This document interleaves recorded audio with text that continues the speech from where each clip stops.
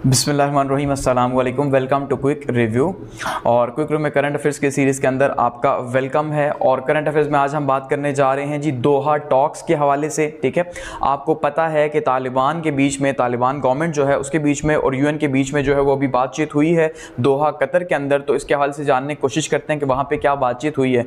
ठीक है, तो तालिबान वर्सेस यूएन के यूनाइटेड नेशन के साथ जो है वो क्या बातचीत हुई है, और यूनाइटेड नेशन का ये जो पीस का एक इनिशिएटिव है कि भाई किसी तरह से जो है तालिबान की एक इंक्लूसिव गवर्नमेंट आए और वहाँ पे भी पीस एंड प्रॉस्पेरिटी आगे बने, और उसकी जो रिकग्निशन है तालिबान गवर्नमेंट की वो भी वर्ल्ड जो है उसको रिकग्नाइज करे। तो इसके हवाले से देखते हैं क्या बातचीत हुई है। ठीक है, और ये दोहा कतर के अंदर हुई है 30 जून को और 1 जुलाई को। ठीक है, 2024 को।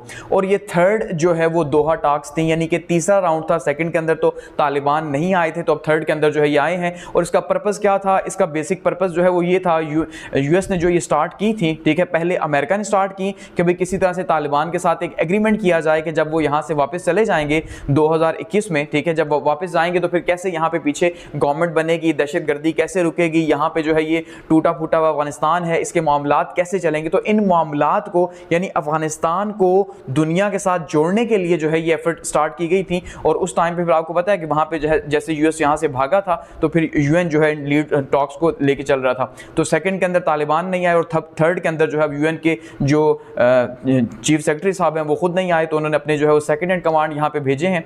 तो देखते हैं यहाँ पे जो है क्या बातचीत हुई है। यहाँ पे इस पिक्चर के अंदर अगर आप देखें, ये जो पिक्चर आपको देखने को मिल रही है, इस पिक्चर के अंदर प्रोटेस्ट की जा रही है और कहा जा रहा है कि भाई आप बाइकआउट करें, क्योंकि जो सिविल सोसाइटी है वो वुमेन के राइट्स के ऊपर, के तालिबान ने जो है वो औरतों को हुकूक नहीं दिए उनके एजुकेशन के ऊपर या बाकी राइट्स के ऊपर, और एक सोसाइटी के अंदर पार्टिसिपेशन के ऊपर पाबंदी है अफगानिस्तान के अंदर। आपको पता है जब से तालिबान गवर्नमेंट आई है, तो इसलिए इन्होंने बाइकआउट करने का कहा और इन्होंने वहां पे दोहा कतर के अंदर प्रोटेस्ट किया कि भाई ये क्या बात हुई कि आप जो है उन लोगों से बातचीत कर रहे हैं जो दहशतगर्द हैं या जो औरतों के हुकूक को ही नहीं मानते। तो यहाँ पे प्रोटेस्ट भी की गई है। तो ये इसका दूसरा रुख है कि एक साइड पे कहीं बातचीत हो रही है, वहीं पे दूसरी साइड पे जो है वो एक प्रोटेस्ट भी हो रही है इसको लेके।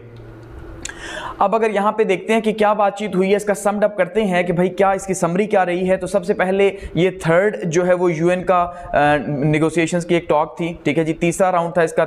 और यहाँ पे इसका पर्पस क्या था कि एक्सप्लोर किया जाए एंगेजमेंट को अफगानिस्तान के साथ, और बेसिक प्राइम पर्पस यही था कि अफगानिस्तान को दुनिया से जोड़ा जाए, या जो मामलात हैं, जो थ्रेट हैं ग्लोबल पीस के लिए, ठीक है जी। तो ग्लोबल पीस के लिए जो मामलात चल रहे हैं, जैसे खास करके जो दहशतगर्दी है अफगानिस्तान के अंदर, वहाँ पे दहशतगर्दी के सेंचुरीज मौजूद हैं, ठीक है जी, वहाँ पे ISKP या TTP मौजूद है। तो इस तरह के जो ग्रुप्स हैं उनको क्या किया जाएगा, हुकूक के हवाले से, बेसिक ह्यूमन राइट्स के हवाले से जो है वो बातचीत की जाएगी। तो वहाँ पे तालिबान के साथ बातचीत करनी थी ताकि उनको दुनिया के साथ जो है मिलाया जा सके और देखा जा सके कि क्या हम प्रपोज कर सकते हैं, क्या वो। तो ये एक किस्म का तालिबान को अंडरस्टैंड करने के लिए, समझने के लिए आप ये कह सकते हैं कि एक मीटिंग थी।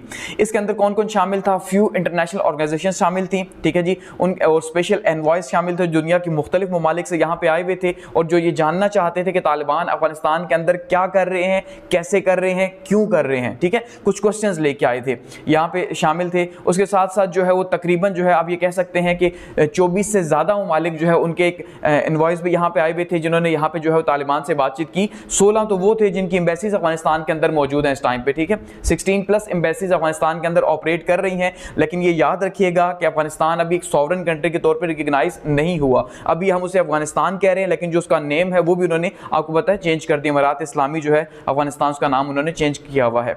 तो इसमें जो यूएन के जो सेक्रेटरी हैं वो तो नहीं आए, तो अंडर सेक्रेटरी जो जनरल जो है रेमजी डिकार्लो जो है वो यहाँ पे शामिल थे। तो उन्होंने बातचीत जो है लीड की है। तो इससे भी थोड़ा सा एक वर्ड को धचका लगा कि भाई इसका मतलब ये है कि आप उस लेवल की इंपॉर्टेंस नहीं दे रहे। लेकिन जो सेक्रेटरी साहब हैं वो कहते हैं भाई मैं लास्ट ईयर आया था तो आप लोग नहीं आए, तो उसका मतलब ये है कि इस बार अब मैं आपका इंतजार नहीं कर सकता, आपको जो मैसेज कन्वे करना है वो करें। तो उनका ये कहना था एट द एंड कि भाई ये टॉक्स जो हैं, ये जो बातचीत रही है तालिबान के साथ, इनको समझने के लिए और इनके पॉइंट ऑफ व्यू को समझने के लिए वर्सेस वर्ल्ड, क्योंकि दो देखिए पैरेलल है ना, एक साइड पे दुनिया खड़ी है और वो जो दुनिया के जो लॉज हैं हम ये देख रहे हैं वो हमें नजर आ रहे हैं। कहीं पे लिबरलिज्म की बात की जा रही है, डेमोक्रेसी की बात की जा रही है, फंडामेंटल राइट्स की बात की जा रही है दुनिया के अंदर। दूसरी साइड पे जो तालिबान गवर्नमेंट लाना चाहते हैं, जो खिलाफत वो लाना चाहते हैं, या जो उनका मॉडल है वो टोटली डिफरेंट है, ठीक है। वो इस्लामिक प्रिंसिपल्स के ऊपर है, लेकिन उसमें भी इस्लामिक प्रिंसिपल्स पे भी जैसे वुमेन की पार्टिसिपेशन या उनकी एजुकेशन पे पाबंदी है, तो ये उसके अंदर भी नहीं है। तो ये टफ किस्म का मॉडल वो इंट्रोड्यूस करवा रहे हैं। तो इनके मॉडल को समझने के लिए ये बेसिकली एक मीटिंग थी, जिसको कंस्ट्रक्टिव कहा गया और कहा गया कि ये काफी यूजफुल रही है, ठीक है। अच्छा, इसके अंदर जो बेसिक जो पर्पस था वो ये था कि भाई क्या अफगानिस्तान को रिकग्नाइज किया जाए, उसके लिए जो है वो यूएन के अंदर जो है वो वोटिंग की जाए या ना की जाए। तो फिलहाल इस ख्याल को रद्द कर दिया है यूएन के जो सेक्रेटरी जनरल थे उन्होंने, उसको अंडर सेक्रेटरी जनरल जो थे, उसका रीज़न ये है कि फिलहाल तो अभी जो ये कहा जा रहा है कि जो तालिबान है, तालिबान की गवर्नमेंट है, वो भी फुलफिल ही नहीं कर रही वो तमाम नीड्स कि भाई जो ज़रूरियात होती हैं एक फंडामेंटल स्टेट के लिए, जो सुवरेनिटी के लिए ज़रूरी है, जिसमें वो ये कह रहे हैं कि भाई इंसानी हुकूक यहाँ पे उनका ख्याल नहीं रखा जा रहा, खास करके खवातीन का हुकूक का ख्याल नहीं रखा जा रहा। हालांकि इसको एजेंडे के अंदर शामिल नहीं किया गया था क्योंकि तालिबान ने ये पहले बात बताई हुई थी, लेकिन फिर भी बार बार इसके ऊपर बातचीत की गई है। बच्चियों के एजुकेशन के हवाले से यहाँ पे बातचीत की गई। तो ये जो वुमेन की पार्टिसिपेशन है पब्लिक लाइफ के अंदर, इसको लेके जो है फिलहाल कहा जा रहा है कि भाई हम अभी जो है वो इस गवर्नमेंट को रिकग्नाइज नहीं करते। ठीक है, तो 16 ममालिक एम्बेसीज फिलहाल अफगानिस्तान के अंदर मौजूद हैं और वो भी यहाँ पे मौजूद थी और उन्होंने भी जो है वो तालिबान से बातचीत उनकी भी चल रही है। तो बेसिकली वो भी इस टाइम पे सपोर्ट कर रही हैं तालिबान को कि भाई ठीक है आप फिलहाल इनकी गवर्नमेंट को रिकग्नाइज करें, बाद में फिर मामला देखेंगे। अच्छा, अब यहाँ पे साथ में और क्या मामला चले जी। अब 100 की तादाद में हंड्रेड्स ऑफ तालिबान मेंबर्स जो हैं, आपको पता है क्योंकि पहले ये दहशतगर्द कहे जाते थे, तो अब भी खैर उनको दहशतगर्दी कहा जाता है दुनिया की नज़र में। तो ये कहते हैं भाई ये जो दहशतगर्दी के लिस्ट में आपने नाम डाला हुआ है और वो बाहर जा नहीं सकते कहीं, तो एक तो उनके ऊपर से आप पाबंदी खत्म करें। ठीक है, उनकी ऊपर इंटरनेशनल सैंक्शंस लगी हुई हैं। ठीक है, इसी तरह से अफगानिस्तान का जो बैंकिंग सेक्टर है उसके ऊपर जो है पाबंदियां लगी हुई हैं। उनके बैंक्स के जो बाहर के पैसे पड़े हुए हैं फॉरेन अकाउंट्स के अंदर, वो भी फ्रीज हुए हुए हैं। वो भी 2021 के अंदर जो है वो अमेरिका ने फ्रीज कर दिए थे बाहर जितने भी पैसे पड़े हुए हैं। तो इसलिए कहा जा रहा है कि भाई हमारा जो मुल्क है उसकी जरूरत है, तालिबान ने ये बात कही है कि उसकी जरूरत है बैंकिंग सेक्टर सिस्टम। तो बैंकिंग सिस्टम के ऊपर जो भी आपने बैन किया हुआ उसको खत्म करें। उसमें यह है कि अब जो अफगानिस्तान है उसके 9.5 बिलियन जो डॉलर्स है वो बाहर के ममालिक में पड़े हुए हैं अफगानिस्तान के सेंट्रल बैंक के। उसमें से 2022 के अंदर 3.5 बिलियन जो है वो fund for the Afghan people के नाम से एक जो है वो जो बाइडेन साहब ने एक अकाउंट बनाया था स्वीडन के अंदर, ठीक है, जो स्विट्जरलैंड के अंदर, तो वहां पे उन्होंने पैसे रखवाए हैं कि जो लोग बाहर भाग के गए हैं हम उनकी मदद करेंगे उन पैसों से, क्योंकि अफगानिस्तान के पैसे हैं तो ये लोग भी अफगानिस्तान के, हमको पता है बहुत बड़ी तादाद में जो लोग यहाँ से गए थे बाहर, तो उनकी हेल्प वो कर रहे हैं, अब वो ये कह रहे हैं, और बाकी फंड इस टाइम पे फ्रीज किया हुआ है। तो अब ये कहा जा रहा है चाइना, रशिया, पाकिस्तान और ईरान जो है वो इस हक में है कि वो पैसे अनफ्रीज किए जाएं ताकि वो अफगानिस्तान के लोगों के हैं, जाहिर बात है, तो अफगानिस्तान के लोगों के, तो अफगानिस्तान के लोग जो है वो उसे इस्तेमाल कर सके, तभी होगा जब अफगान गवर्नमेंट उसे इस्तेमाल करेगी। लेकिन इसके ऊपर फिलहाल कोई ब्रेक थ्रू कहा जा रहा है नहीं हुआ। ठीक है, इसके साथ साथ यूएन के ऊपर भी काफी ज्यादा क्रिटिसाइज किया गया। जैसे मैंने कहा कि भाई जो औरतों के हुकूक हैं उसके हवाले से यहाँ पे आपने देखा प्रोटेस्ट को भी मैंने शेयर किया, तो वो प्रोटेस्ट को लेके जो है काफी ज्यादा क्रिटिसाइज किया गया कि भाई यूएन क्यों ये टॉक्स जो है वो लीड कर रहा है, एक ऐसी टॉक्स, ठीक है, ऐसी बातचीत जिसके अंदर वो हुकूक ही नहीं मार रहे इंसानों के, कि औरत हो या मर्द हो उसके हुकूक तो मानने चाहिए। तो इसलिए और साथ में वो ये कह रहे हैं कि भाई आपने जो सिविल सोसाइटी है, ठीक है, तो सिविल सोसाइटी को किस लिए जो है वो आपने निकाला हुआ है, एक्सक्लूड क्यों किया हुआ है अफगानिस्तान के सिविल सोसाइटी को। तो जो सिविल सोसाइटी है उसे आपको शामिल रखना चाहिए था साथ में, ताकि जो है वो भी बात कर सके, क्योंकि सिविल सोसाइटी जाहिर बात है लिबरल्स हैं अफगानिस्तान के, तो वो लिबरल्स जो हैं वो आके बैठते और बात करते हैं कि भाई आप बताओ आपका क्या एजेंडा है, आप अफगानिस्तान को आगे क्या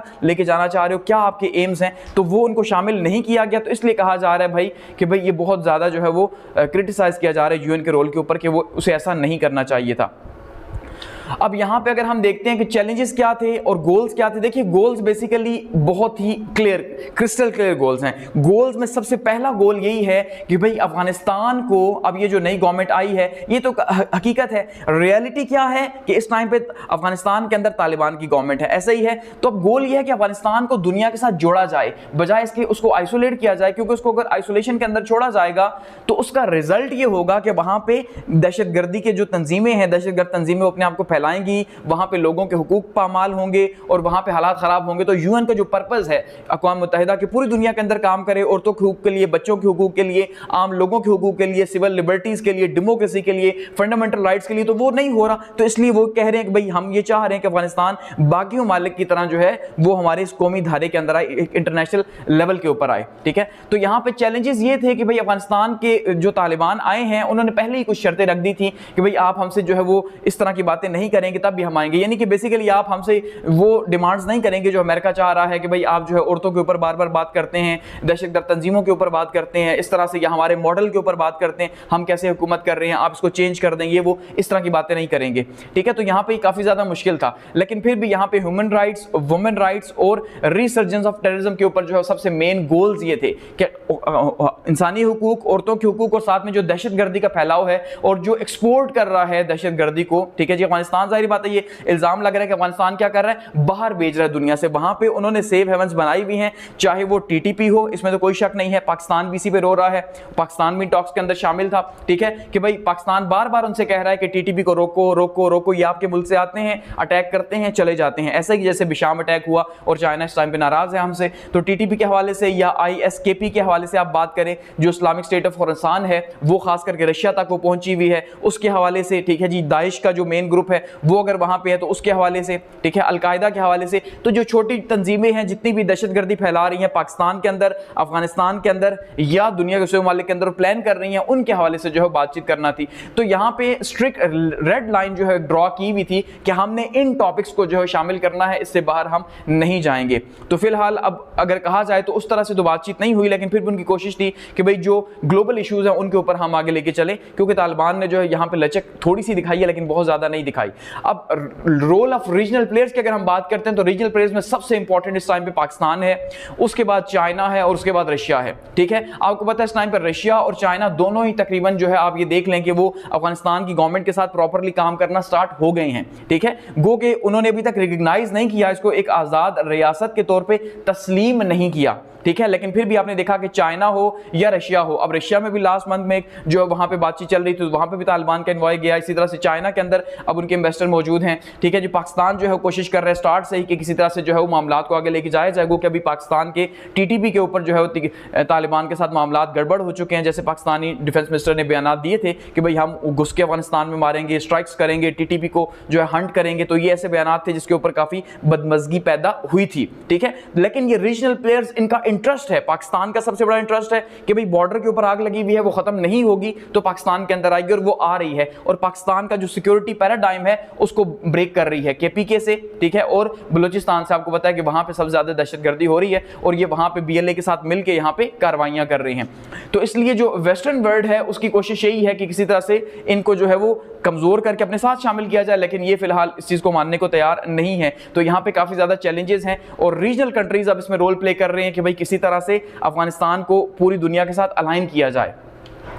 अच्छा, डिस्कशन डायनेमिक्स एंड एजेंडा की बात करें तो इसके अंदर सबसे पहले जैसे मैंने कहा कि सबसे इंपॉर्टेंट ह्यूमैनिटेरियन क्राइसिस है, लेकिन उसके साथ साथ इकोनॉमिक डेवलपमेंट के हवाले से बातचीत की गई है और क्लाइमेट इंपैक्ट के हवाले से कि भाई इन दो चीज़ों को अफगानिस्तान के अंदर साथ लेके चला जाए ताकि भाई उसको आगे दिखा जाए, और साथ में जो है वो काउंटर टेररिज्म और पॉलिटिकल इंक्लूसिविटी कि किस तरह से अब अफगानिस्तान जो है वो अपनी गवर्नमेंट को आगे लेके जाएगा। क्योंकि अब ये जो स्टेक होल्डर्स हैं रियासत के सिर्फ तालिबान अकेले स्टेक होल्डर्स तो नहीं है, लोग भी हैं, जाहिर बात है, ऐसे ही है। तो अब कैसे वोटिंग सिस्टम होगा, कैसे उसका सिस्टम आगे जाएगा, तो इन सबको बैलेंस करके कैसे आगे लेके जाया जाए, तो ये डिस्कशन जो है वो फिलहाल एजेंडे के अंदर शामिल थी।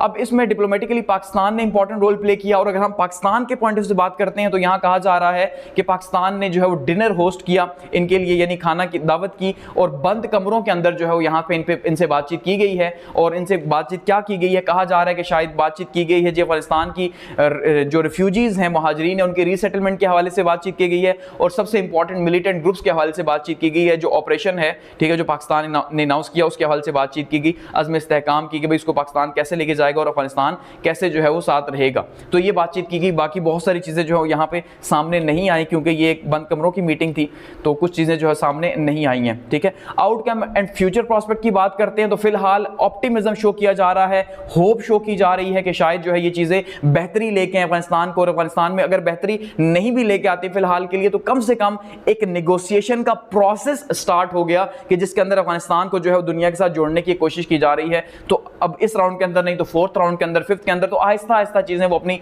मनवाएंगे और कुछ ना कुछ बेहतर होगा। अफगानिस्तान के अंदर सिविल सोसाइटी और रीजनल स्टेक होल्डर्स जो है उनको भी शामिल करना ये फ्यूचर का गोल है कि उनको भी साथ में जो है शामिल किया जाएगा। तो ये जो है वो दोहा टॉक्स थी जी। अब देखते हैं इसका क्या आउटकम रहता है। Thanks for watching.